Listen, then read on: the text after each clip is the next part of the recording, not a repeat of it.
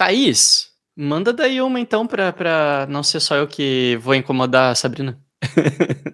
Sá, parece que a gente estava alinhada. Antes da gente começar, o Vini perguntou da caixa de pesquisa e eu falei justamente sobre tomada de decisão, porque para mim é o fator principal da pesquisa para nossa bússola, né?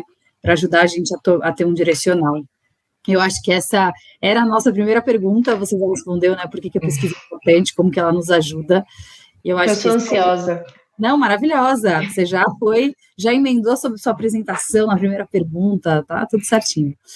E aí eu queria entender com você, hoje, eu sei que a gente tem um monte de tipo de pesquisa, né? A gente até falou um pouquinho sobre isso na apresentação do que é a Nielsen, de como que vocês trabalham, mas dá mais ou menos uma noção para a galera que tipos de pesquisa que a gente está mais acostumado, quais são as principais?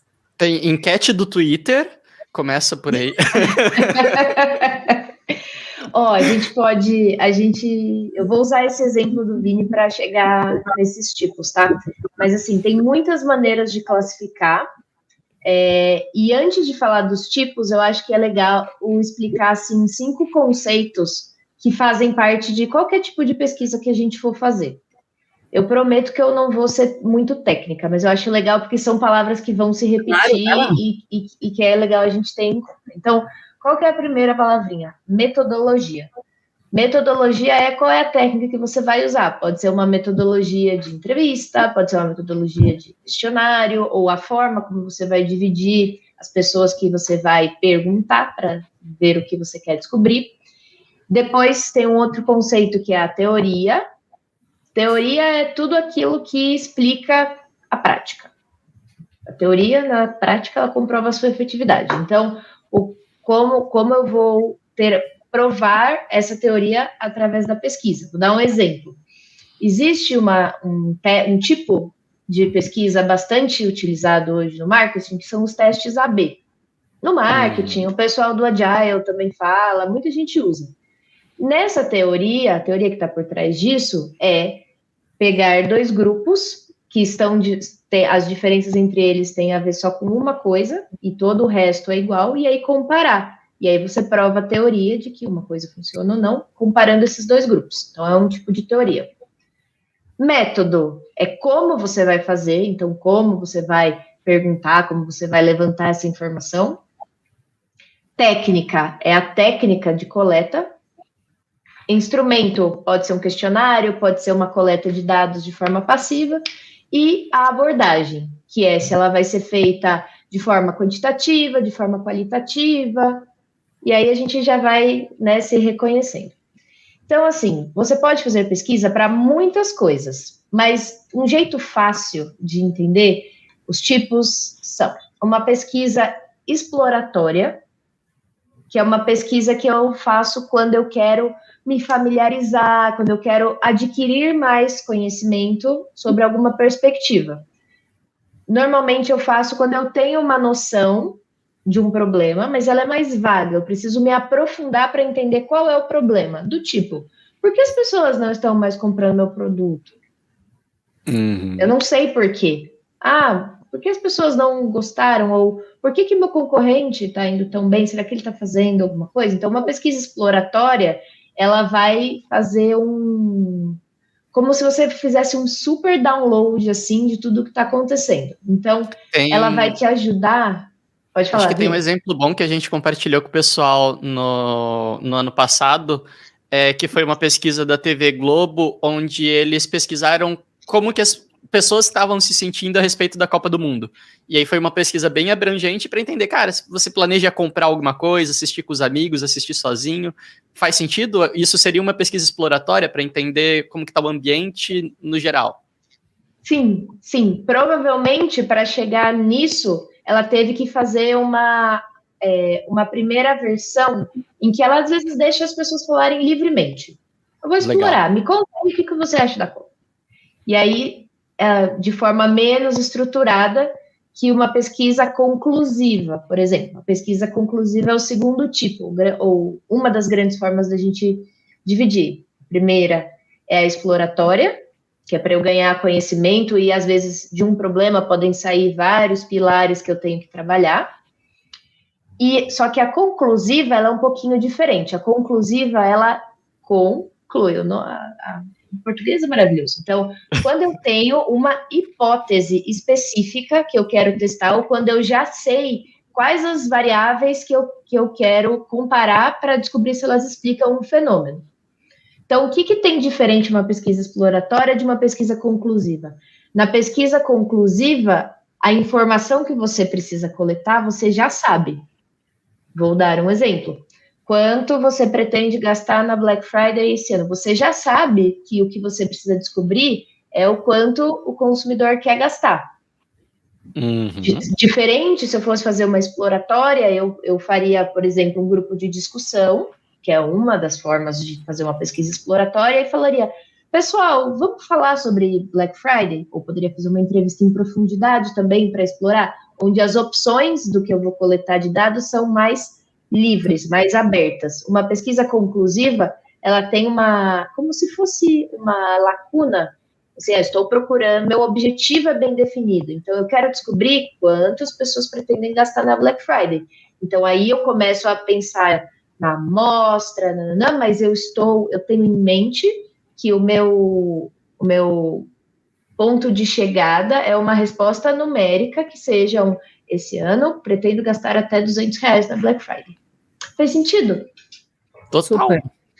Total. Então, assim, bem resumidamente, esses são os dois tipos. E aí depois, quando a gente começa a falar de técnica, né, eu posso entrar em outros caminhos aí, onde eu posso fazer uma pesquisa mais descritiva, que é quando eu vou fazer ou um estudo de caso, ou um levantamento de campo de dados, que é uma das formas de dividir. Outra forma que eu posso dividir também são pesquisas ocasionais e pesquisas evolutivas. O que é uma pesquisa ocasional? É uma necessidade pontual, eu monto uma pesquisa, coleto essa informação através de objetivos bem definidos, estruturados e tudo mais, mas eu vou, pesquiso, tiro minhas conclusões e acabou. Uma pesquisa evolutiva pode ser algo, por exemplo, como o índice de inflação, que é medido todos os meses, cada um de uma forma, né, cada um com um método, mas medido sempre da mesma forma. Ou, por exemplo, um painel de consumidores, que os consumidores que fazem parte daquele painel, né, que fazem parte dessa amostra, respondem todos os meses algumas perguntas ou dão as mesma categoria de informações, e aí depois eu coloco isso em perspectiva no tempo e vejo, está crescendo, está caindo. Por exemplo, pesquisas de market share são assim, elas olham o market share ao longo do tempo. E isso que você falou de pesquisa evolutiva, acho que é mega importante. Teve uma questão, uma vez que eu fui fazer o planejamento para uma empresa, e aí sempre que a gente vai começar o planejamento, a gente faz meio que um levantamentozão, assim, de tudo que a empresa tem, né? E a empresa falou que tinha pesquisa de brand lift.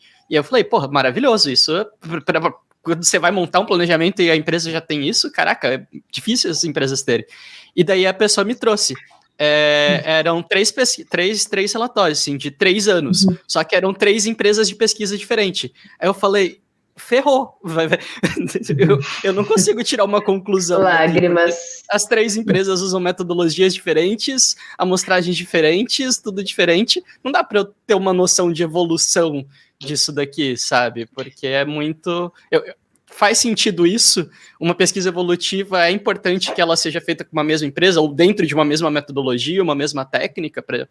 Porque senão acho que fica difícil de comparar, né, 2 pesquisas com técnicas diferentes.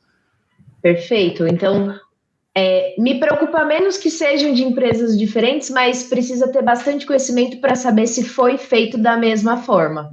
Entendi. Né? Porque, às vezes, nesse caso, né, que você citou, é uma pesquisa quantitativa. Mas, às vezes, se a pergunta foi feita, eu posso estar medindo a mesma métrica, vamos supor que seja awareness. Mas se a forma como foi calculada ou como a pergunta foi estruturada foi diferente, ela não foi exatamente a mesma, com a vírgula no mesmo lugar, com o verbo no mesmo tempo verbal, isso pode ter um tipo de viés, ou o que a gente chama de um tipo de erro que não é necessariamente o erro um erro amostral, é um erro de processo, é um erro não amostral, na verdade é uma coisa que como foi Fora, né, você não pode traçar, só porque você está vendo 2 relatórios com uma informação em percentual, você não pode falar, 20 é maior que 17, então cresceu. Porque é muito importante quando a gente está falando de pesquisa, e aí eu sei que, porque eu sou a pessoa da pesquisa, a gente normalmente pega uma fama assim, meio de chato, de detalhista e tal, mas tem uma razão, porque a forma como a informação é obtida determina a qualidade do resultado.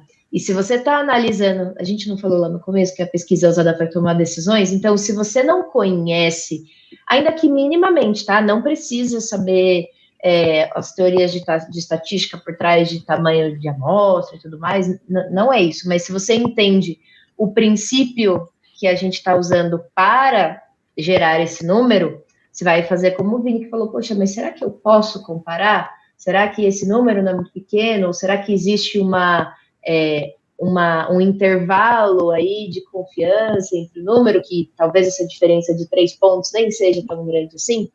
Então, é muito importante olhar isso, mas como aconteceu com você, Vini, às vezes as empresas trocam de fornecedor ou fazem a pesquisa num ano, depois acontece um problema, por exemplo, pesquisas que eram feitas presencialmente em 2019. Em 2020, se elas foram feitas, a gente teve que se adaptar e fazer online, por exemplo.